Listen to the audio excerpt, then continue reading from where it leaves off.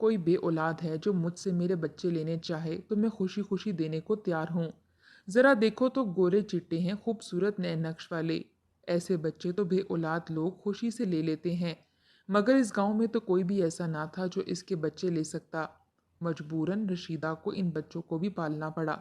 ایسا نہیں تھا کہ وہ ظالم تھی یا ان کو تکلیف دیتی، بچوں سے محبت نہ کرتی تھی، وہ تو بچوں پر جان چھڑکتی تھی، مگر یہ چاہتی تھی کہ چاند کے ٹکڑے کہیں ایسی جگہ جا کر پناہ لیں جہاں ان کی قدر ہو اور ان کی تمام تر خواہشات پوری ہو سکیں۔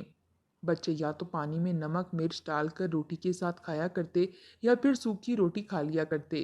کہیں سے زمینوں میں کام کے دوران سبزی مل جاتی تو اٹھا کر گھر لے آیا کرتے۔ جس روز ان کے ہاں سبزی بنا کرتی تھی وہ دن ان کے لیے عید سے کم نہ ہوتا تھا۔ بچے سبزی کو کھا کر خوش ہو جایا کرتے، گوشت تو انہوں نے کبھی زندگی میں دیکھا ہی نہ تھا۔ رشیدہ تو گوشت کا ذائقہ بھی بھول چکی تھی کہ گوشت آخر ہوتا کیسا ہے۔ اسے یاد تھا کہ وہ اپنے سسرال میں تھی تب عید قرباں کے موقع پر ایک وڈیرے کے ہاں سے ان کے لیے گوشت آیا تھا جسے اس کی ساس نے بنا کر دیا تھا۔ بوٹی تو اس کے حصے میں نہ آئی تھی، البتہ گوشت کا ذائقہ اس نے چکھ رکھا تھا۔ ایک روز وہ تھکی ہاری مزدوری کر کر گھر آئی تو اس کے بچے اس کی ہی راہ دیکھ رہے تھے۔ وہ گاؤں میں گھومتے پھرتے رہا کرتے، بڑی عید آنے والی تھی، بچے روزانہ اپنے والدین کے ساتھ نئے کپڑے اور جوتے خریدنے کے لیے جاتے تو کسی کے پاس بیل یا گائے ہوتی، کوئی اپنے پیارے سے بکرے کو سجا کر گھر سے باہر لے جا رہا تھا۔ رشیدہ کی اولاد ترستی ہوئی نظروں کے ساتھ ان بکروں کو دیکھ کر مسکراتی رہتی، وہ تو ان بچوں کو مسکراتا دیکھ کر مسکرا جاتے۔ ان کی زندگی میں تو ایسی کوئی خوشی نہ تھی جو وہ خود کے لیے کھل کر مسکرایا کرتے۔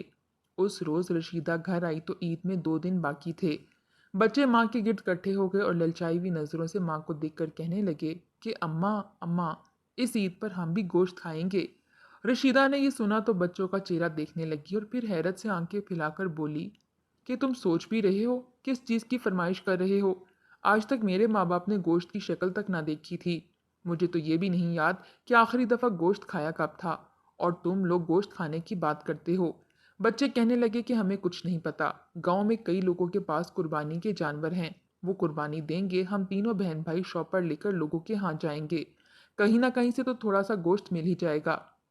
رشیدہ نے بھی ہاں میں سر ہلا دیا۔ عید کا روز تھا، وہ لوگ یوں ہی بوسیدہ سے کپڑے پہن کر تیار ہو گئے۔ تیار ہونا کیا تھا، بس پانی سے منہ دھو کر وہی کم پھٹے ہوئے کپڑے پہن کر گلی میں نکل آئے۔ گاؤں کے امیر طبقے میں قربانی کی ادائیگی شروع کر دی گئی تھی، وہ لوگ سب میں گوشت بانٹتے تھے۔ رشیدہ کی اولاد بھی گوشت لینے کے لیے شوپر لیے گھر گھر پھرنے لگی، مگر ان کا حلیہ دیکھ کر لوگ ان کو گھر سے نکالنے لگے، وہ دھکا دے کر انہیں دور کر جاتے اور اپنے رشتہ داروں کے لیے شوپر بھر بھر کر بھجوانے لگتے۔ کیا فائدہ تھا ایسی قربانی کا جو آپ نے پہلے سے ہی سیر شدہ لوگوں کے لیے بھجوانی تھی؟ قربانی تو وہ ہوتی ہے جو خدا کی رضا کے لیے کی جائے اور پھر اسے ان میں تقسیم کی جائے جنہوں نے سال بھر گوشت نہ کھایا ہو، جو غریب گھرانوں سے تعلق رکھتے ہوں، مگر یہاں پر تو سب اپنی فریج اور عزیز و اقارب کو راضی کرنے کے چکر میں لگے تھے۔ جس کے گھر میں زیادہ چربی ہوتی وہ الگ شور مچا دیتا اور جس کے گوشت میں ہڈیاں ہوتی وہ دوبارہ سے گوشت بدلوانے آ رہا تھا۔ سارا دن بچے شوپر لیے گھومتے رہے مگر کسی نے بھی انہیں گوشت نہ دیا۔ آخر کو شام کو گھر آئے تو ماں نے پانی میں نمک مرچ ملا کر رکھا تھا۔ بچوں کی آنکھوں سے اس روز آنسو نکلے تھے، وہ رو کر اماں سے کہنے لگے کہ اماں اس گوشت پر ہمارا تھوڑا سا بھی حق نہیں ہے، ہمیں کسی نے ایک بوٹی بھی نہ دی جو ہم گھر لے کر آ سکتے۔ رشیدہ نے آج پہلی بار اپنے بچوں کو اس قدر ٹوٹا ہوا دیکھا تو رونے لگی، اس کی آنکھوں سے آنسو بہنے لگے تھے۔ وہ اپنے بچوں کو سینے سے لگا کر بولی کہ کوئی بات نہیں بچوں، کبھی نہ کبھی تو ہمارے دن بھی پھریں گے اور ہم لوگ بھی اچھا کھائیں گے پیئیں گے، بس تمہارے بھائی ہیں، یہ بڑے ہوں گے تو کچھ کما کر لائیں گے، پھر تم سب مل کر گوشت کھایا کرنا۔ چھوٹے دونوں لڑکے ماں کی بات سن کر کہنے لگے ہم اتنے سال تک کیا گوشت کھائے بغیر ہی رہیں گے؟ بچوں کو آج گوشت کے لیے اس طرح تڑپتا دیکھ کر رشیدہ اندر ہی اندر خود کو جلتا ہوا محسوس کر رہی تھی۔ اس کا دل چاہا کہ وہ باقی دنیا کے ستائے ہوئے لوگوں کی طرح کسی کنویں میں کود کر اپنی جان دے دے یا پھر اپنے ساتھ اپنے بچوں کو بھی سولی پر لٹکا دے، مگر وہ ایسا کرنا نہیں چاہتی تھی۔ وہ رات یوں ہی بے سکونی میں گزر گئی۔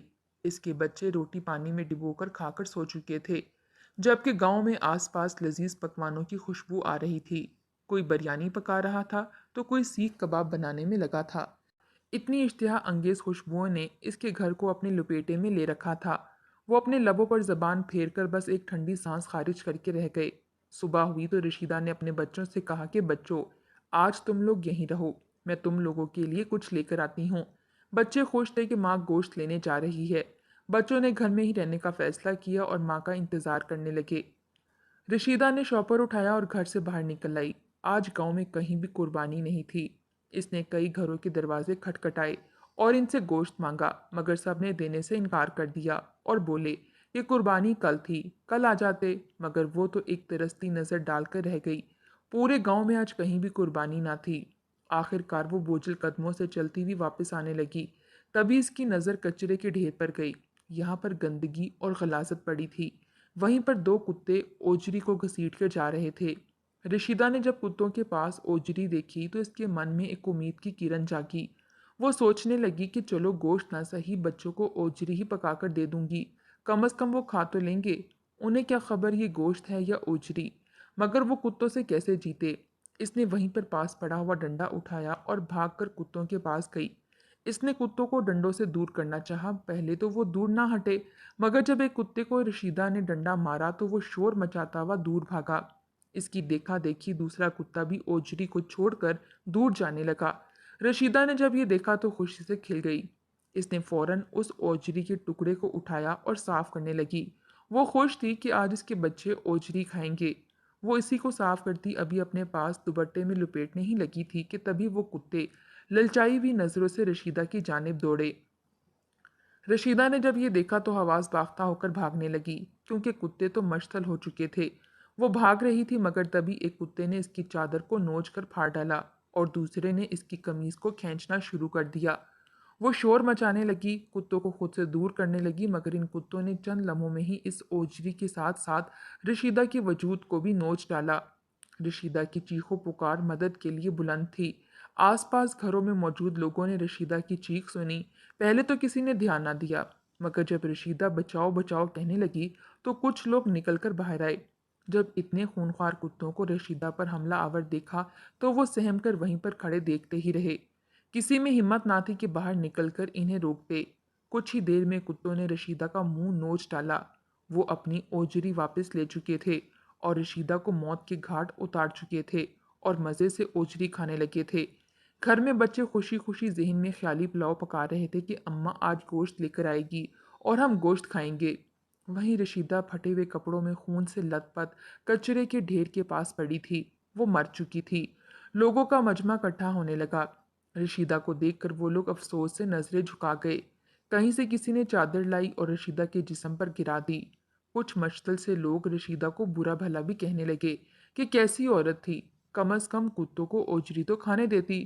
کہیں سے کوئی بولا غریب لوگ تو ہوتے ہی ایسے ہیں، ان کو جتنا دیتے جاؤ ان کا پیٹ بھرتا ہی نہیں، اور کتوں سے اگر وہ گوشت چھینے گی تو کتے تو حملہ کریں گے ہی نہ۔